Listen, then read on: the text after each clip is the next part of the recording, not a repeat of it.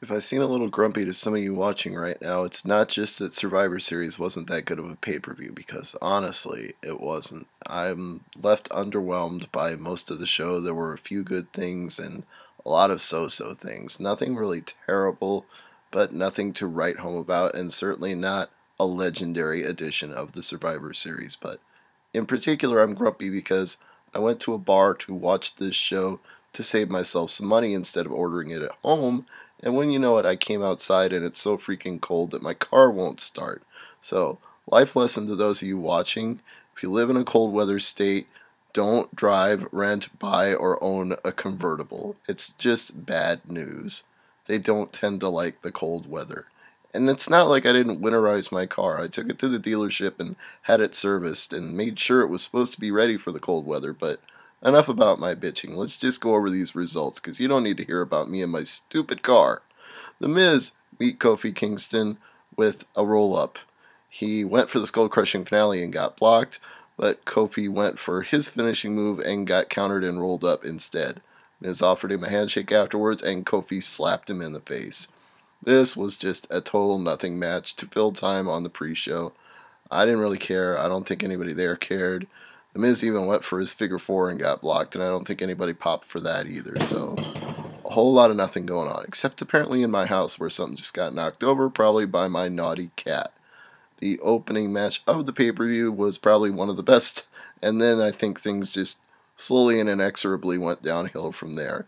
It was the 5-on-5 traditional match, and the teams were The Shield, Dean Ambrose, Seth Rollins, and Roman Reigns, and the Real Americans were their partners, Cesaro and Swagger, going against the tag team champions Cody Rhodes and Goldust, the tag team of the Usos being Jimmy and Jay, and Rey Mysterio as their fifth man.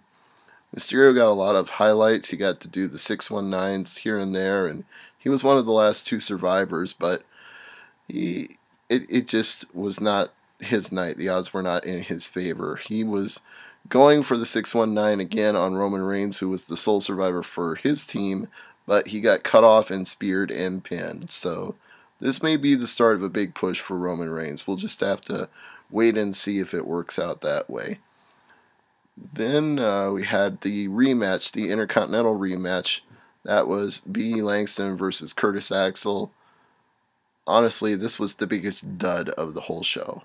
And not Big E Langston's fault, but nobody cared about Curtis Axel one bit, and he hit his Big E move, whatever they call Big E's finisher, the Big E Blast or something, who knows, but he got the pin and retained his Intercontinental title in a rematch that never really even needed to take place. The Team Divas match was fast and furious with eliminations, so many of them that I really can't even give them to you all, because it was just every 30 seconds another girl would hit a move and pin another girl. So I'm going to just sum it up with the last couple that were actually important at the very end. Natalya was a sole survivor on her team. AJ tagged in Tamina, who had been like her enforcer slash, doing the grunt work slash the muscle, and she tried to do a top float rope superfly splash, but Natalya got out of the way, locked in the sharpshooter. AJ Lee came in to break it up, and that got Tamina Snuka disqualified. Then Natty put the sharpshooter on her and tapped out AJ. So maybe Natalya gets a title shot out of this. We'll see. The end of this was good. The rest of it was terrible. They tried to cheese a babyface spot for JoJo Offerman, and I don't think anybody cared about that. I didn't. The crowd didn't. And Cole was even mentioning that she had the least experience out of anybody in the ring. And then when you're with Eva Marie, that's really saying something. Ryback had an open challenge, and Mark Henry came out to accept. This was actually one of the more fun moments on the pay-per-view, believe it or not, because poor Ryback just can't win on pay-per-view. This was not his night. Henry hit him with the world's strongest slam and got the 3 count. So Ryback is already even more useless than he was the last time he was useless.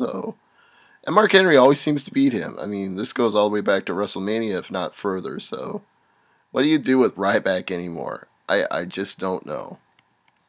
John Cena and Alberto Del Rio for the World Heavyweight title. Sadly predictable, they weren't going to take the title off Cena after just putting it on him so recently. They tried to have a good match and build up some suspense, but eventually Cena countered the Del Rio arm breaker into an attitude adjustment and got the pin. Tell me you didn't see that coming. CM Punk and Daniel Bryan versus the Wyatt family. It might be the second best match on the pay-per-view, maybe the third. It's up there in the upper half because all of the guys in here were good. Actually, Eric Rowan surprised me because I don't remember ever seeing him do that much in a single match. I don't think when the Wyatts had their handicap match with Kane, the Inferno match, that Rowan did nearly that much on pay-per-view, and you don't see a whole lot of him when the Wyatts do matches on TV, so he got in his work here. Now, Harper is obviously the better worker. You probably know him as Brody Lee if you followed the Independents for some time before he came to NXT, and he's a very good, skilled worker for a big guy of his size, but this time they let Rowan get some of the shine. The finish ultimately came after a Macho Man flying elbow by Punk. He signaled for the go to sleep. Rowan tried to break it up, and Bryan came in to even the odds, and then Punk was able to hit the go to sleep and pin Luke Harper. The Best and the Beard get their big victory. Bray Wyatt teased afterward that he would get revenge. He came to the ring, he danced around on the apron, then he jumped down and smiled like this was all part of his plan. He just acted like it didn't even bother him and blew it off, and he and the Wyatts left. So that was the end of that. Randy Orton and the Big Show. Well, the story of this match is actually what happened after the match. You knew that the Big Show was not going to win this thanks to the Authority, Triple H, and Stephanie McMahon, who came out to distract Big Show, and that worked because Orton was able to hit an RKO. Then he gave a punt, the running punt to the head that was supposedly banned at some point, but I guess since he's the face of WWE and the Authority is in charge and they're in collusion with him, that ban no longer exists because he hit the punt and pinned the Big Show clean as a sheet, and was celebrating with the title, clutching it to his chest, acting like he was the greatest, even though he needed help to be the greatest. And out comes Triple H and Stephanie's worst nightmare, John Cena, with his title, getting in the ring and getting face-to-face with Randy Orton, like teasing a title versus title match. If they're doing that already, they are just burning through creative so fast, I can't even justify it. That should have been built up until at least WrestleMania. So if you want to be mad about something, that's a good thing to be mad about too. But there's not a lot to praise about this edition of the Survivor Series on the whole. The Best in the Beard versus the Wyatts was okay. The challenge match, the open challenge, Ryback and Mark Henry, that was okay. The traditional 5-on-5 with the faces and the heels, that was okay. A lot of the rest of it was just 1 or 2 stars, or in cases like Curtis Axel and Biggie Langston, a complete dud. That's my thoughts on Survivor Series. If you see the comments section and you want to leave something to say about it, your thoughts on Survivor Series, feel free. Stevie J from AngryMarks.com.